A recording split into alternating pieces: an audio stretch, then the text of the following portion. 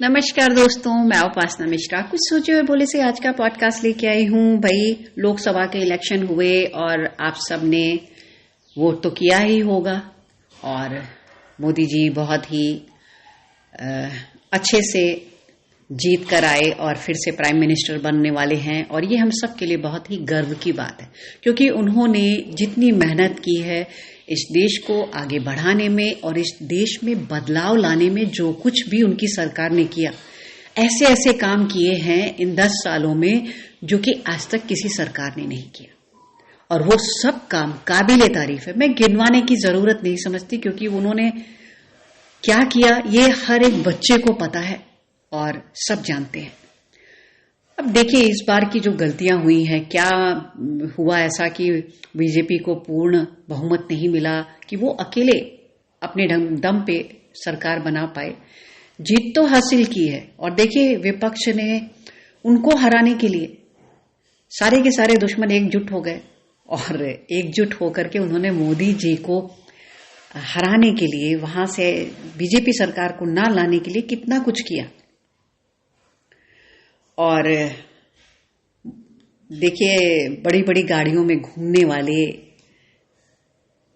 महंगे घरों में रहने वाले लोग सड़क पर निकल करके रैली करने और इन सब चीजों में करने के लिए मजबूर हो गए।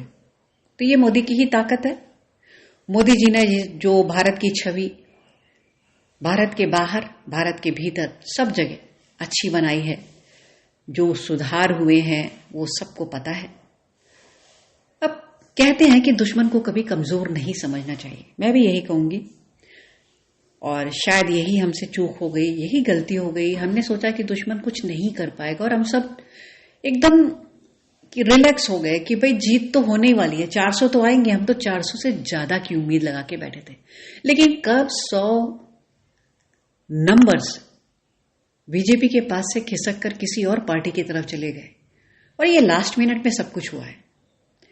क्योंकि देखिए, हमारे यहाँ का जो वोट करने वाला है चंद पैसों के लिए बिक जाता है, कुछ चीजों के लिए अपने वोट को किसी दूसरी, जरा सा किसी ने बहकाया, कुछ ऐसी बातें बोली और फट से बहक गया और उसने उसको दे दिया जिसको वो जिताना चाहता है। बहुत आसान होता है किसी को बहकाना या कह लो उल्लू बनाना। आपको नहीं मालूम, आप छोटी छोटी चीजें जो करके जनता को बेवकूफ बनाते हैं, जनता बेवकूफ बन जाती है और अपना कीमती वोट किसी और को दे देती है। कुछ लोग तो डालने ही नहीं जाते, कुछ लोग किसी को भी वोट नहीं देते। कुछ लोग सोचते हैं कि भाई सुधार तो हो ही रहा है, हम नहीं एक वोट डालेंगे तो क्या हो जाएगा। लेकिन आपके ना वोट डालने से कोई ऐसी सरकार आ जाएगी जो देश को संभालेगी, जो देश कहां से कहां पहुंच जाएगा। आने वाली जनरेशन, जो बच्चे हैं छोटे छोटे, जब वो युवा होंगे, उनको वो देश नहीं मिलेगा जो मिलना चाहिए। उनको अपना देश अच्छा मिले, ताकि जब वो देश में जो भी चीजें हैं उन्हें सब सुख सुविधाएं मिले तो उन्हें देश से बाहर जाना ही ना पड़े।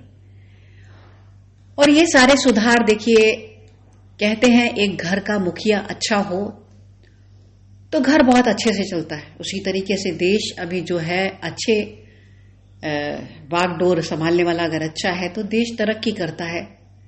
और बहुत सारी चीजें हो सकता है बीजेपी की तरफ से भी की गई होंगी जो गलतियां होंगी। जैसे कि बहुत सारे लोग कांग्रेस के आए जो कि जिनके ऊपर बहुत सारी जांच चल रही थी और उन्होंने बहुत पैसे वैसे सारे गड़बड़ घोटाला किया, और लेकिन बीजेपी में शामिल हुए लोग कहते हैं कि वो तो भाई दूध के धुले हो गए। उन पर जांच होनी चाहिए, जिन्होंने अपराध किया है उनके ऊपर जांच होनी चाहिए। वो चाहे बीजेपी में आए या किसी में भी जाए, अगर कोई गलत है तो बीजेपी में भी है तो गलत है तो गलत है। राहुल जी इस बार कांग्रेस के जीत गए और वो कहीं से भी खड़े होते जीत जाते, क्योंकि वहां जहां से भी खड़े होंगे लोगों को उन पर अंधविश्वास है कि वो कुछ भी करेंगे, चाहे वो 10 साल कुछ ना करें, 20 साल कुछ ना करें, तो भी कुछ जनता ऐसी बेवकूफ होती है जो खाली अपने प्रिय नेता को जिताने के लिए कुछ भी कर देती है। मतलब कहते हैं ना, वफादारी, शायद कुछ ज्यादा ही वफादार है। और रही बात बीजेपी के लोगों का बड़बोल होना, बड़ी बड़ी बातें करना, बहुत सारी चीजें, बड़ी बड़ी चीजें आप बोल देते हो जो कि आपको सभाओं में नहीं बोलनी चाहिए।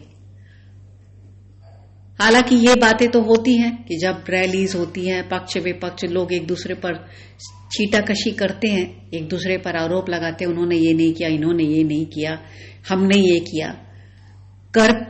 जो करता है, अब यूपी में तो योगी जी ने बहुत अच्छे अच्छे कार्य किए, लेकिन उनको जीतने के लिए लोगों ने वोट ही नहीं दिए, क्योंकि इससे साफ पता चलता है कि कहीं कुछ योगी जी ने भी गलती की होगी और कहीं कुछ विपक्ष ने ऐसे वादे कर दिए जो वो करने वाला बिल्कुल नहीं है। शायद उनमें से एक दो कुछ कर दे, क्योंकि विपक्ष का इतिहास सबको पता है, उसके बावजूद उन्होंने उसको जिता दिया।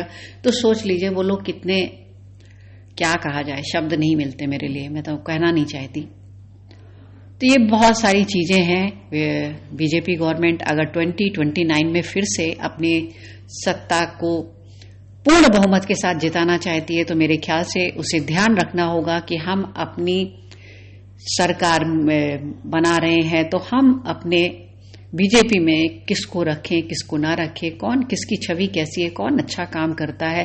सिर्फ शामिल करने के लिए शामिल ना कर लें, लोग अच्छे से काम करें, क्योंकि मोदी जी अगर मेहनत कर रहे हैं, बाकी नहीं कर रहे हैं, तो भी आपकी गवर्नमेंट पर ही असर करने वाला है। तो अगर आप जीतना चाहते हैं पूर्ण सत्ता के साथ, तो आपका किया गया काम, आपकी मेहनत सारी बेकार हो जाती है अगर आप कुछ भी गलत निर्णय लेते हो। और अपनी कमियों का आकलन जरूर करना चाहिए। हार हुई है तो कोई बात नहीं, अगली बार और पूर्ण बहुमत के साथ आप जीत सकते हो, लेकिन हाँ, विपक्ष भी एड़ी चोटी का जोर लगा देगा ताकि आप सत्ता पर ना आ सकें, और ये आपको ही ध्यान रखना पड़ेगा। तो मुझे धैर्यतापूर्वक सुनने के लिए आपका धन्यवाद। मुझे जो कुछ लगा वो मैं कह रही हूं, और बाकी हर एक का अपना नजरिया है, अपनी सोच है।